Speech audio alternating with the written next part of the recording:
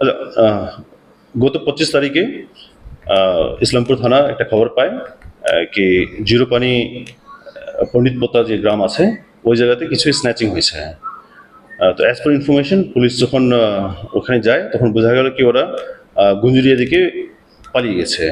তারপর as per information আমরা গুঞ্জুরিয়া থেকে যখন যাই পুলিশ, তো ওইখানে একজনকে আটক করে, যখন আটক করা হয় তখন ওর কাছ থেকে একটা মোবাইল পাওয়া যায়।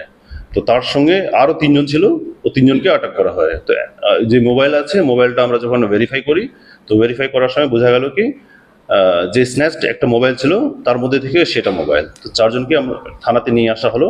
তবে একটা ফর্মাল কমপ্লেন পাওয়া যায়। অ্যাজ পার ফর্মাল কমপ্লেন একটা কেস করা হয়। আর কেসে যখন কমপ্লেন পাওয়া যায় তখন বোঝা গেল কি 6 জন আসামি ছিল। তো সেই জন্য একটা ডাকাতি কেস করা হয়েছে। আর মানে একটা আর্মস ছিল বলে একটা খবর ছিল আপনার কমপ্লেনের মধ্যে, তো সেই জন্য আর্মস অ্যাক্টও করা হয়েছে। তো একটা ডাকাতি আর আর্মস একটা কেস হয়েছে আর 4 জনকে অ্যারেস্ট করা হয়েছে। আর 4 জনকে পিসি পিরিয়ডে নেওয়া হয়েছে কালকে। 5 দিনের আমরা পিসি পেয়েছি। এদের নাম হলো আনসি, শের মোহাম্মদ, সোহেল আর কালান্দার। এনারা 4 জনই গুঞ্জিরিয়া বাজারের বাসিন্দা। এরাকে তো একাধিক ডাকাতির ঘটনা হচ্ছে, এই 4 জন কি ওই ডাকাতির সঙ্গে যুক্ত? এটা আমরা খবর নিচ্ছি, পুরোনো কেসগুলো দেখা হচ্ছে। আর এদের যে মানে ক্রিমিনাল অ্যান্টিসিডেন্ট বলা হয় সেটা আমরা নিচ্ছি।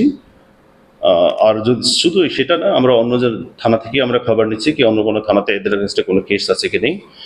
আর তাছাড়া এদের কোনো অ্যাসোসিয়েট আর কে কে ছিলেন, এনাদের মানে সাথীরা কারা ছিলেন, সেটাও আমরা রিমান্ড পিরিয়ডের মধ্যে নিব। ক্রিমিনাল ব্যাকগ্রাউন্ড অ্যাজ সাচ আমরা ডাইরেক্টলি পাইনি এখন অব্দি, যেহেতু জাস্ট রিমান্ড পিরিয়ডে আমরা কালকেই নিয়েছি, তো আমাদের কাছে সময় আছে।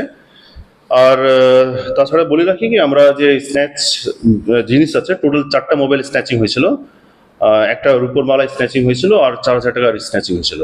তার মধ্যে থেকে আমরা একটা মোবাইল আমরা রিকভারি করেছি আর একটা নেকলেস মানে রূপোর মালা যে আছে সেটা আমরা রিকভারি করতে পেরেছি। আর ডিউরিং রিমান্ড পিরিয়ড আমরা নিশ্চয় অন্যগুলো রিকভারি হবে। স্যার, পূজার মধ্যে ইসলামপুর শহর জুড়ে বিভিন্ন জায়গায় ফ্রি হচ্ছে, সেই ছুটিটাকে আপনার জন্য কি পদক্ষেপ? মানে পুলিশের অনেক ভূমিকার মধ্যে একটা ভূমিকা হলো আসামি ধরা, চুরিগুলো আটকানোর জন্য। তো তার মধ্যে এইটা আমাদের একটা সাফল্য আমরা পেয়েছি। তো নিশ্চয় আশা করি কি এই ধরনের যদি আমরা কিছু সাফল্য আরো পাই, চুরিগুলো নিশ্চয় আটকাবে। স্যার, বুঝলাম যে পুজোর আগে তো বিহার বর্ডার সীমান্ত এলাকাগুলোতে নাকা চেকিং এর একটা ব্যবস্থা হয়, এই বছর কি এখন শুরু হয়েছে? আমরা বিভিন্ন জায়গাতে নাকা করি, আমাদের সারপ্রাইজ নাকাগুলো বিভিন্ন জায়গাতে হয়।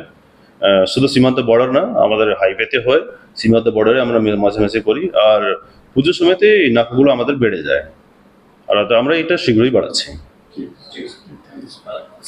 ডালখোলার দিক থেকে আসছিল, স্যার ওটা কি পাওয়া গেছে যে কোথা থেকে ওটা নিয়ে আসছিল? এইটা আমি আপনাকে আপডেট একটু পরে জানাচ্ছি।